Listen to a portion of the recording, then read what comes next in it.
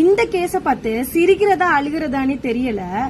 ஏன்னு கேட்டீங்கன்னா, சேலம் ஆத்தூர்ல நடந்த இன்சிடென்ட் தான். இந்த அம்மா பேர் வந்து பழனி அம்மாள். இவங்களுக்கு ஒரு கால் வந்திருக்கு.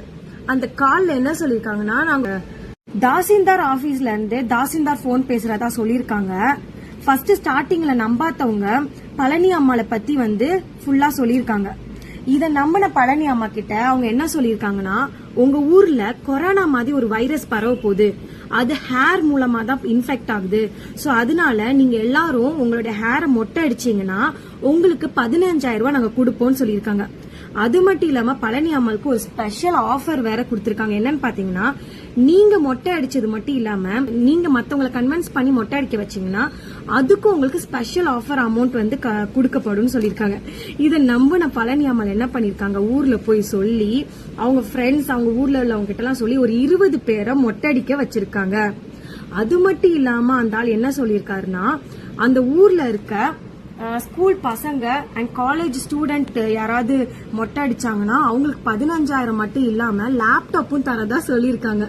அந்த ஊர் பசங்களுக்கு 6,000 ரூபாய் தரதா சொல்லிருக்காங்க. என்னங்க கொடுமை, இந்த காலத்துல ஃப்ரீயா ஒண்ணு தராங்கன்னா எதை பத்தி விசாரிக்கிறது இல்ல. தனக்கு ஒரு ஃப்ரீயா கிடைக்க போகுதுன்னா இஷ்டத்துக்கு போய் பண்ணிடுறது, எதை பத்தி விசாரிக்காம.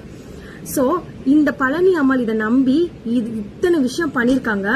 பழனி அம்மாளை நம்பின 20 பேரும் மொட்டை அடிச்சிருக்காங்க. 2 நாள் வெயிட் பண்ணிருக்காங்க. வெயிட் பண்ணி கால் வராது, அப்பதான் தெரிஞ்சிருக்கு நம்ம ஏமாந்துருக்கோன்ட்டு. அப்புறம் பழனி அம்மா அவங்க மொட்டை அடிச்ச மத்த பேர்லாம் போயிட்டு போலீஸ் கிட்ட கம்ப்ளைண்ட் பண்றாங்க. கம்ப்ளைண்ட் பண்ணி இவ்வளவு விவரங்கள் சொல்லியிருக்காங்க. உங்க வீட்டுல பெரியவங்க இருக்காங்க அண்ட் சில வயசானவங்க இருக்காங்கன்னா தயவு செஞ்சு சொல்லி புரிய வைங்க, இந்த மாதிரி அவேர் பண்ணுங்க, இந்த மாதிரி விஷயங்கள் நடக்குது, ஓகேங்களா.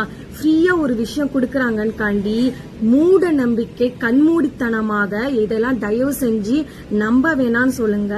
இன்னமும் சில பேர் இதை நம்பிட்டு இருக்கீங்க.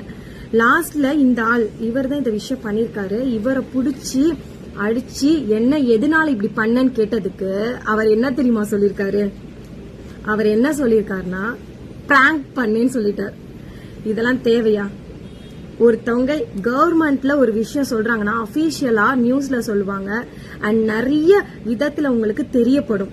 இந்த மாதிரி ஒரு கால் மூலம் யாருக்கும் ஸ்பெசிபிக்கா கால் பண்ணி சொல்ல மாட்டாங்க. இதை வந்து மெயினா புரிஞ்சுக்கணும்.